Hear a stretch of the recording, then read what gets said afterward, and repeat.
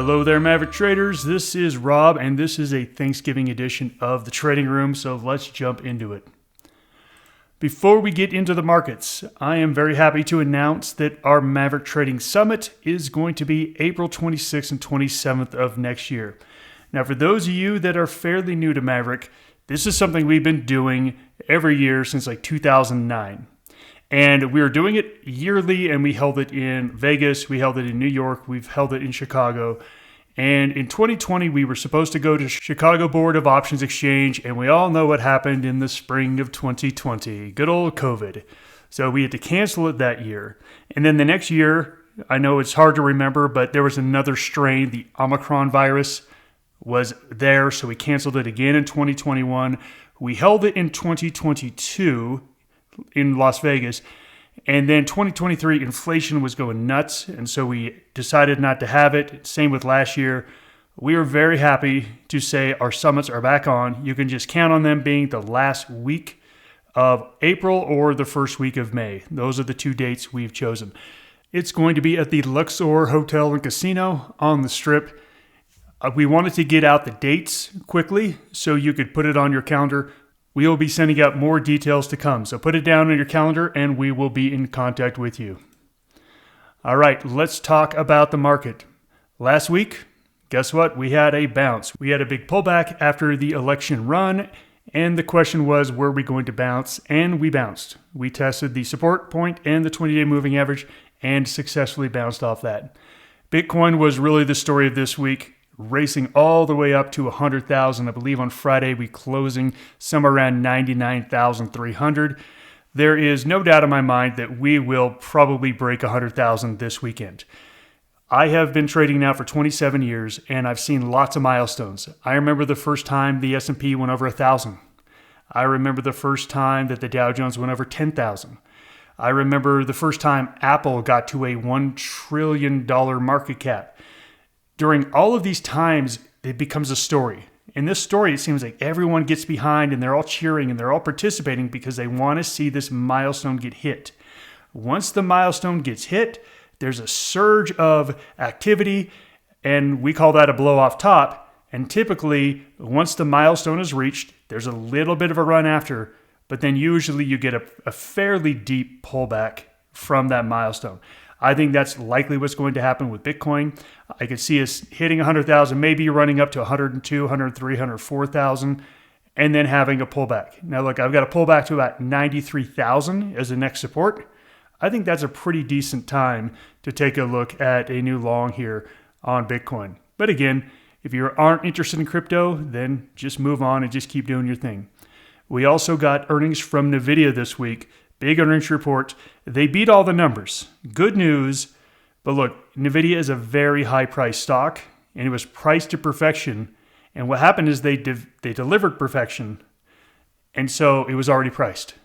Now look, the stock did end up going up above 150, but I think there was an expectation for like a 9% move. We definitely did not get that. But it really solidified that this rally, especially in the AI and chip stocks, is going to hold. And that was one of the reasons, again, why I think we ended up bouncing this week. Nothing really on the calendar this week as far as economic reports go. Some minor things like Philly Fed. Last week, we got a monster New York Empire State Manufacturing Index. It was way bigger than expected. This one was a miss. So we're getting a mix here, but again, great flash services PMI, great numbers here, good unemployment claims. Still showing an economy that's doing pretty good at this moment.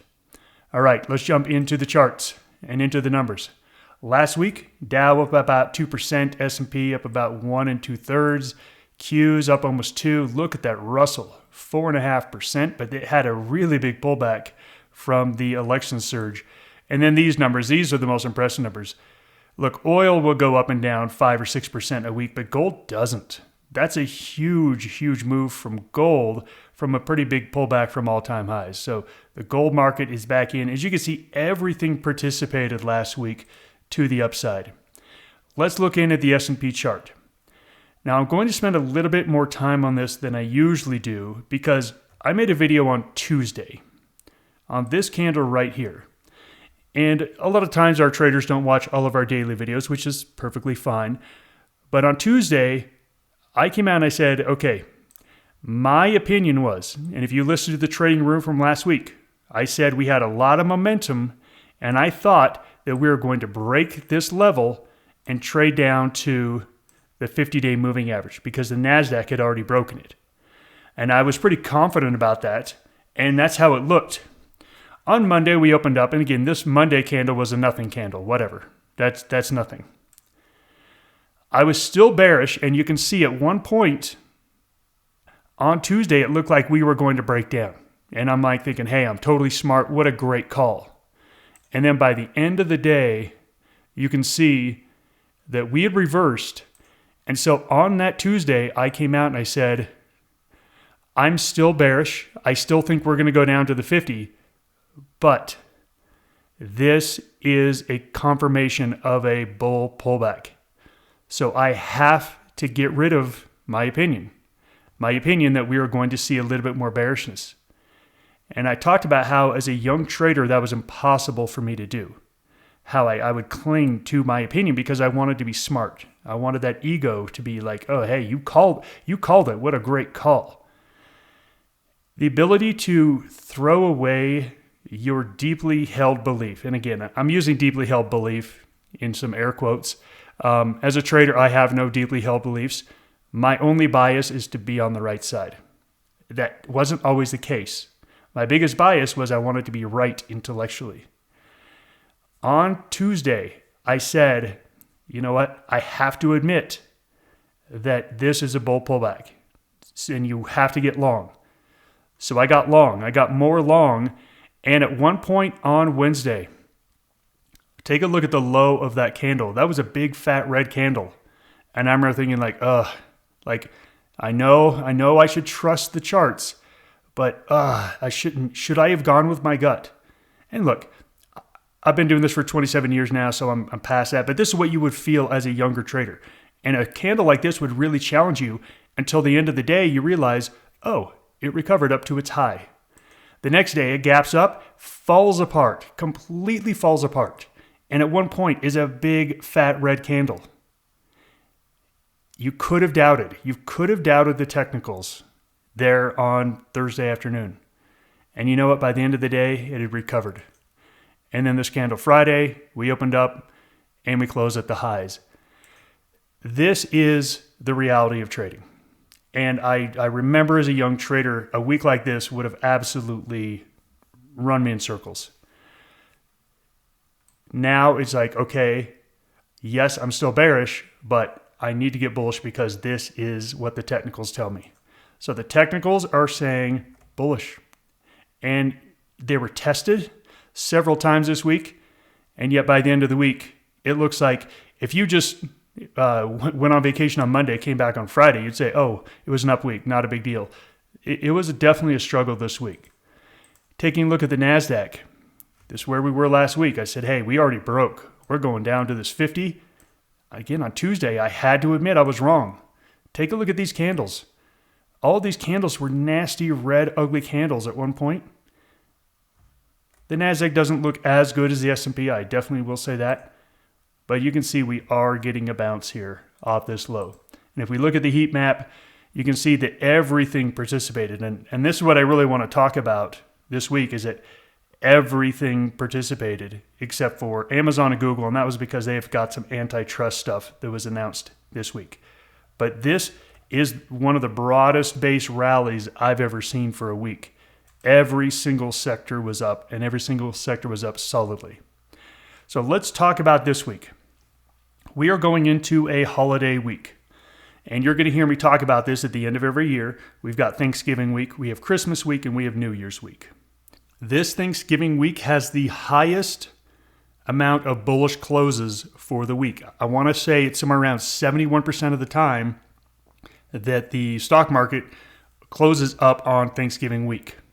So it's a very, very high bullishness this week. However, before you all get excited, it's a very small average gain. Like the average gain is like 0.7%.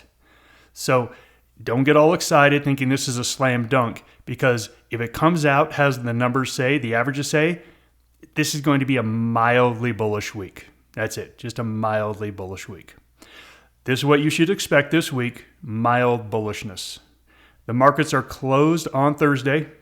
Then they will close early on Friday at 1 p.m. Eastern Time. So every year I have a couple traders who have options positions that they think they've got all the way till 4 p.m. and they miss it and they end up getting exercise over the weekend. Traders, please be aware they need to be closed out before the market closes on Friday. Let's take a look at the economic reports coming out next week. Not a whole lot. I'm going to say the biggest thing I see here is this core PCE price index. This is the Fed's favorite inflation number. It is likely to come in at 0.3. That is perfectly fine. But we started to see some higher inflation numbers on CPI and some other numbers. I would not be surprised to see this number slightly higher than expectations. And it'll be very interesting to see what the dollar and the bonds and the market does off of this. But this is on Wednesday. As you can see, everything is shoved into Tuesday and Wednesday. Other than that, I don't really see a whole lot. Yes, we've got durable goods orders. No one has really cared about those for a long time. So I think that core PC price index on Wednesday morning is pretty much the only economic report you need to worry about. The markets are at a +2. You could go to a +3 if someone said, Rob, I don't know, the slope of those moving average are going up. I agree. You could be at +3, perfectly fine.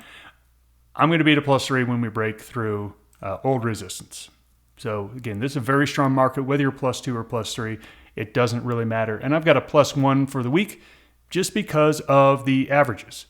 This is one of the highest likelihoods of an up week this week, but it's not a very big week. So I'm going for a +1 for the week. Let's jump in and take a look at those sectors. As I said, everything participated. And look at this. Everything participated. Everything. There wasn't one thing. Again, the weakest sector was healthcare. Healthcare has been a -3 since last week. It went up, but it was the weakest of all the bounces. And you can see there really wasn't any one standout. I mean, we had several sectors that were higher than the markets: utilities, real estate, industrials, materials, and energy. But everything else was just fine. So let's see what happened on our scores. Taking a look at utilities, we were at a -1, and this bounced all the way up to a -2 or to a +2. I really want to go more of a +1 on this, but the technicals tell me we're above the 20, we're above the 50. We've been above the 20 for 3 days now. So it is a +2 technically. I want to treat this as more of a +1 than a +2, but this is what it is. It's a +2. So we are going from neutral to now bullish in the utility sector. Communication services, guess what? It was a +3. It remains a +3. Nice base. I expect this base to break out next week. I think this is going to be a good sector to be in. I've got a good long here for you in this sector. Next up is real estate. Real estate was in the -2. You can see we had 5 green candles this week, 5 solid green candles. So this was bought up this week, but that simply just brings us back to the middle of the range. So we're going to go with the 0 here on real estate. Healthcare had a bounce. We had a bounce, no question about it. But look where that bounce took us. We have not changed anything technically. The moving averages are still falling. This is just a bear rally. This is likely a good entry point for some new shorts in the healthcare sector. -3 stays that way. Next up, industrials. Industrials, we'd back down to a +2 off this pullback that we had last week. We got a nice bounce. And look at this candle on Friday. I mean, that's just a beautiful Friday candle. Opening at the low, closing at the high. Lots of buying. I expect this one to keep going. If we take a look, maybe up to that 146 area in industrials. So I also really like industrials along with communication services. Financials, it has been my favorite sector for a long time. It remains my favorite sector. High base breakout. It was a +3 before. It remains a +3. Consumer had a nice little pullback. It was a +3. And guess what? It's now a +3 still. So really nice candle on Friday. Not as strong as like financials, but still looks pretty good. Next over here to tech. So tech, we had back down to a 0 last week because it ended up between our moving averages. We had a bounce. Now, I want you to take a look at these candles versus some of the other candles we saw.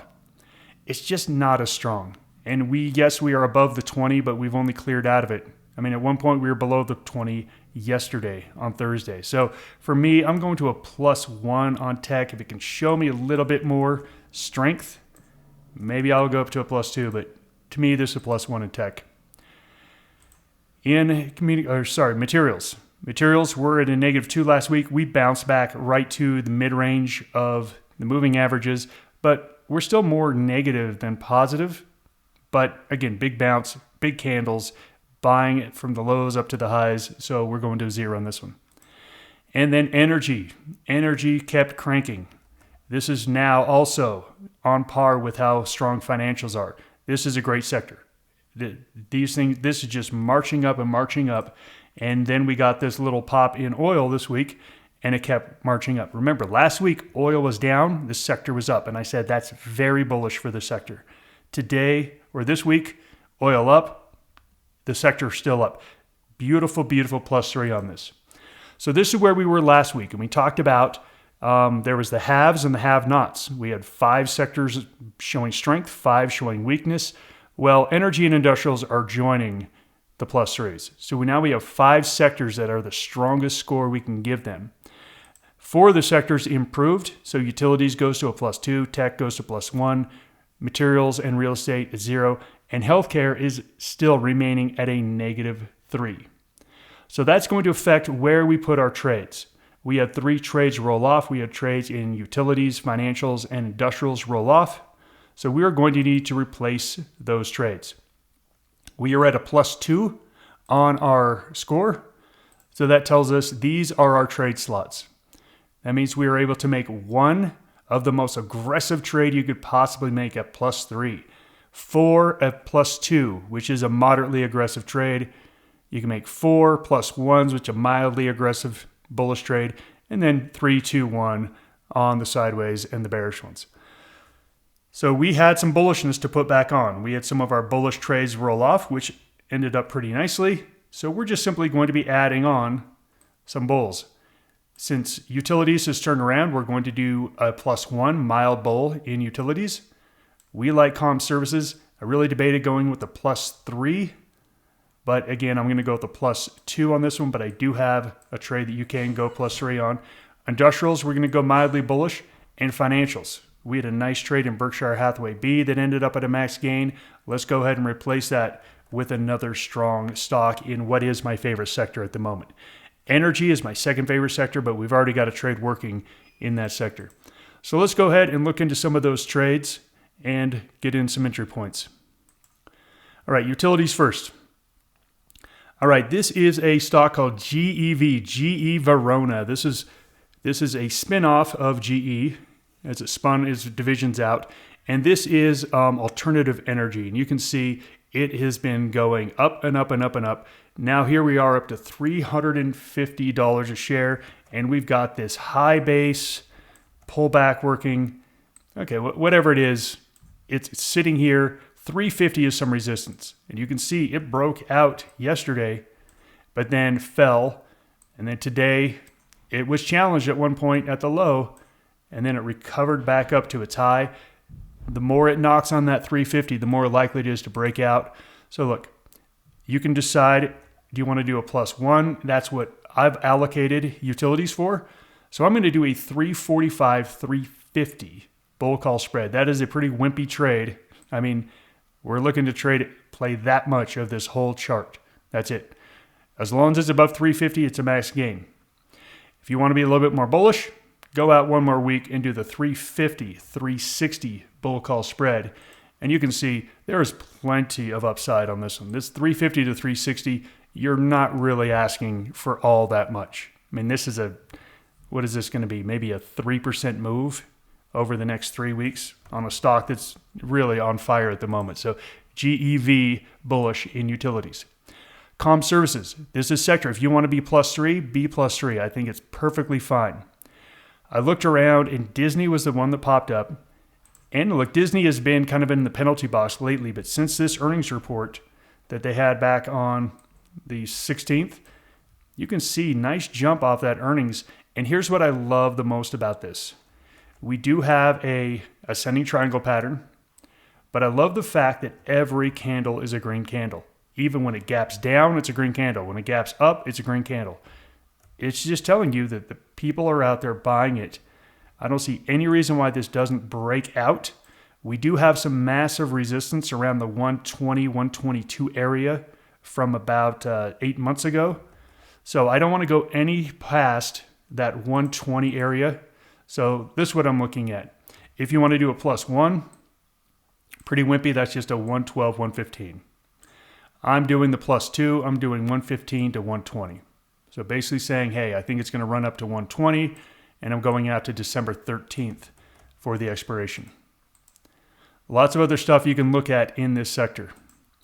Industrials, another sector that was +3. We want to be bullish in this one. Here's Fastenal. Fastenal's nice bull pullback, beautiful high bases, breakouts, and then again, a run, a pullback right to this breakout point. Got a nice bounce here. Obviously, there's going to be a little resistance around this 84.50. So if you're doing something very short term, I think you can't go much past 84. If you're willing to go a couple weeks out, I don't think that resistance really matters. And really, you want to be taking a look at this target of potentially somewhere around 88. Now again, that you're going to have to give more time if you want to get up to that 88, 90 area. So if you want to be super bullish, 85, 90. I'm going to be a +2 on this. I'm going to be up at the 87.50 area. So again, the 82.50 to 87.50 spread, that's what I'm looking for it to be up above 87.50 by December's expiration. Fastenal in industrials. And in the financial sector, my favorite sector, I talked about this one on Tuesday. I'm going to talk about it still. APO, Apollo, Global Management. Great earnings report, gapped up again because it was so good. And you can see we have just been getting tighter and tighter to the upper end of that range. Where is the target? Well, we can take a trend line here. 180 is the target. You don't have to be that aggressive, and I'm not going to be that aggressive. I'm going to be this +2. I'm going to be doing the 167.50, 170. As you can see, very wimpy. That's it. I just need it to be above 170 by December 6th. That's the trade. If you want to do a +1, here's one you can do. If you want to be a little bit more bullish, here is one you can do. And then up to probably 180 is the most aggressive I'd be. Like a 170, 180 would be a really aggressive play, but with a very nice payoff if you're right. So again, lots of great stuff out there. There's so many good trades. I really like this period in the market. We have a consistently trending market. We're getting nice pullbacks. Yes, as I talked about this week, they were challenging, but by the end of the week, it didn't look challenging. Like I said, if you just fell asleep on Monday and woke up on Friday, you'd be like, oh, that's a nice bull pullback bounce. If you were watching all the ticks in between, there were pretty sketchy moments during that week. But this is just a nice trending market to the upside. And look, I know all bull markets are going to end.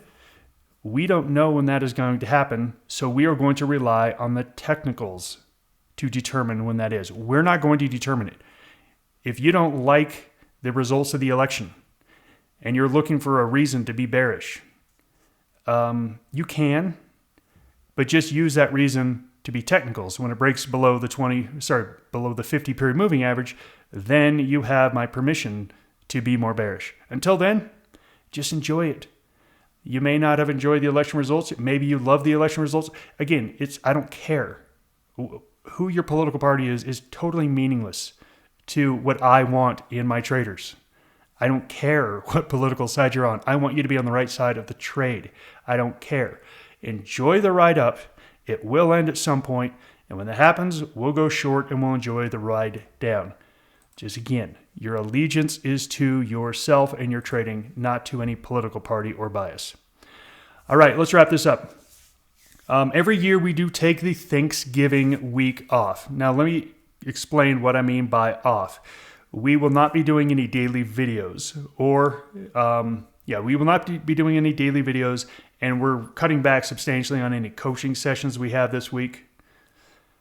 But we are still around. We are still around for support for our live traders. We're still around for email support. So look, if you need us, reach out. But again, be ready. There are not going to be any daily videos this week. Remember, those markets are closed Thursday and they close early on Friday. Please, please, please, if you have expiring options positions, get them managed by 1 p.m. Eastern Time. That is the Trading Room. Everyone have a great week. Happy Thanksgiving to our U.S. traders. Goodbye.